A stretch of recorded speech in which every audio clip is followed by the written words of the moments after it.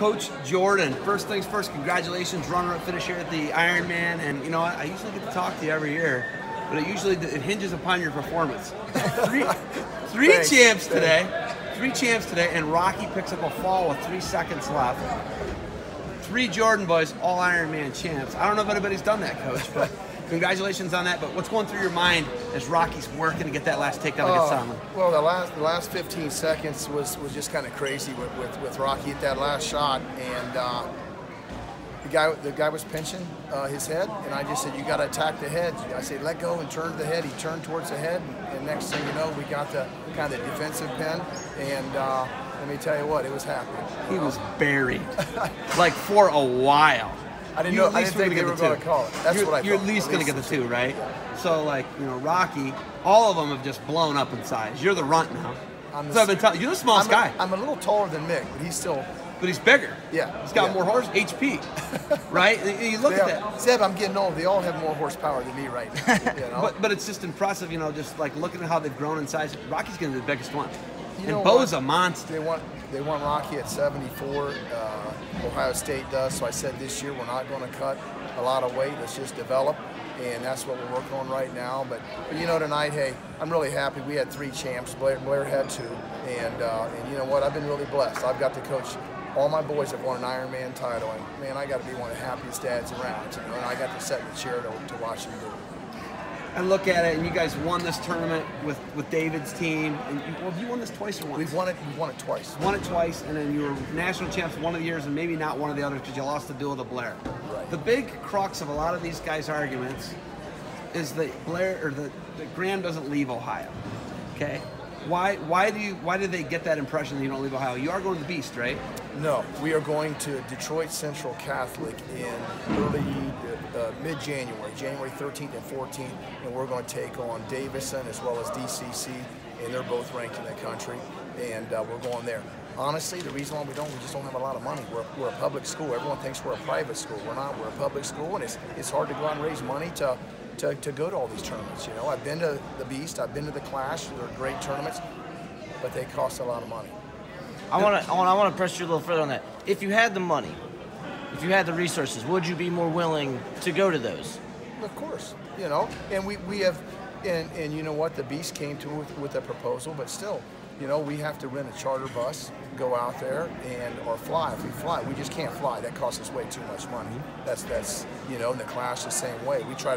We're not allowed to take, parents are not allowed to drive. We have to take a bus with a bus driver from Graham, or we have to rent a charter bus. Like a yellow Twinkie bus? A yellow Twinkie bus. That's what we brought up here for 4 hours. We made the trip up here. And now you got to drive through a snowstorm home? Yes, we're going home tonight. Why? Because we can't afford another motel room. You know. Okay, so I look at it, and you know, you guys say you don't. Money's an issue. That's a human resources. Yeah, that's the human condition. I raise money, but you know, we got to buy wrestling mats. We got to do all the other stuff. You know, so the Ironman to me is. The Beast is very similar to the Ironman, except there's just more teams. You know, once you hit the quarters, it's the same toughness as I think the Ironman is. You know, so and a lot of the same teams go from here to there. So it's like, you know, would I want to wrestle St. Ed's or Blair Academy 3 or 4 times throughout the year? I'd rather hit some different people that we don't normally hit. And Willie keeps saying the reason I can't rank this Graham guy high is we don't see them much. I'm thinking in my head, I work for you for summers, they don't need to go out and wrestle because all the best guys come to them. Would you say that that's something where... I don't know what exactly it costs to go to Fargo from Ohio. It's somewhere around, I think, $1,200. And so my guys, you know, I say, if you want to wrestle freestyle, go freestyle, you know.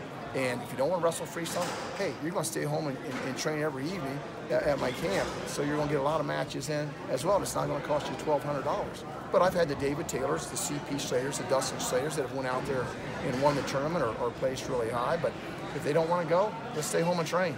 So it doesn't bother you when Mitch, Ryan, or whoever goes Super 32 and not against it, it's just money-wise, you are trying to be intelligent with your money and economical. Yeah, and it doesn't matter. If I got people that go to Disney every year, they get on the team, you know, and they go to the Super 32. And so we do wrestle some other tournaments, but for freestyle, I'd rather my guys master folk style right now than freestyle. So when I worked for you, you wrestled anywhere from, I want to say, 600 to 800 matches a summer. It was crazy. I remember you would have to go and soak in the tub. It was wild, and I couldn't still do the same thing. It's wild because now I talk to you like I hit the air. It's nuts. Waved under your body. You haven't had any joint replacements. This is going to end soon for you. How much longer does Jeff Jordan have? How much more is in the tank? Rocky's a senior. We could see you retire at the end of this year. How much more is left in your You know what? career? The big thing, I think, to be a successful coach, and I'm still learning, is to build relationships with your athletes. And if you can build relationship with your athletes to where they know you're going to run through the wall for them, then they're going to run through the wall for you. And you know, when I feel that I can't put the time in to build that relationship with the kids, that's when I need to step down, because I'm not as a successful coach now. So I don't know.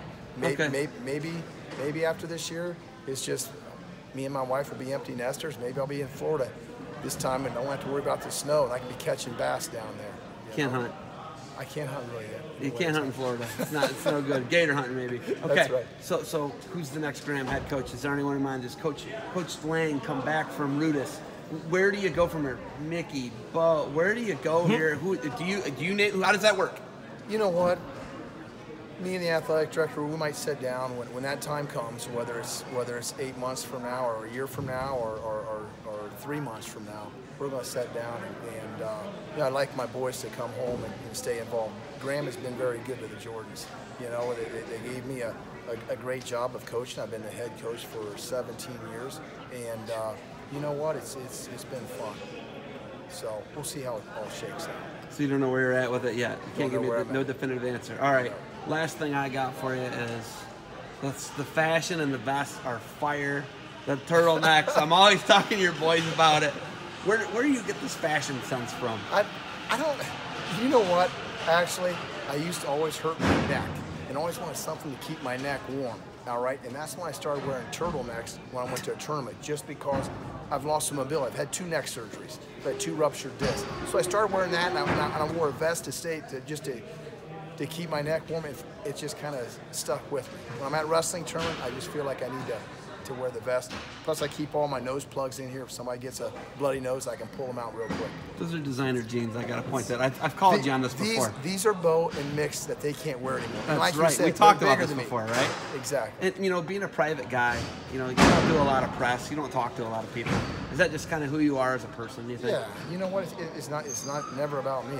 The only one I really talk to is you, Zeb.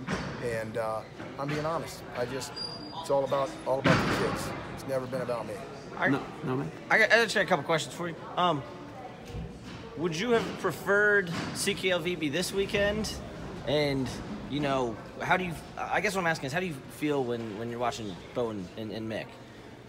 Especially given what happened last week. Big finals awesome, and then unfortunate, you know, for you guys, they came up short. You know what? It's tough, you know. Sitting in the stands and not being on the corner, but you know what? I told the kids once they went to college, hey, I'm done coaching you, you know? Right now, Tom Ryan and Tervel Delegnit's their coach, and I have complete confidence in them, and I just try to remain really calm. It's kind of tough sometimes. Try to remain calm. Try to. Were you calm last week? You know what? I couldn't watch it on the computer screen or my wife's laptop. I just pace and they tell me who scores and who doesn't score. Okay. You don't watch it? Didn't watch it. I watched it after the match was over. He cares so much. So, He cares so much. Yeah. But my heart's racing, don't get me wrong. Everyone makes fun of me that I didn't watch it. So I'd rather either be there live or follow on Twitter. Now, I'm literally asking you to pick your favorite child because Mickey had his own big pin, right, at Ironman. Yeah. Now, obviously, you're not going to say you like one better than the other, but did that cross your mind when Rocky got that pin? Did you think back to that moment? You know what?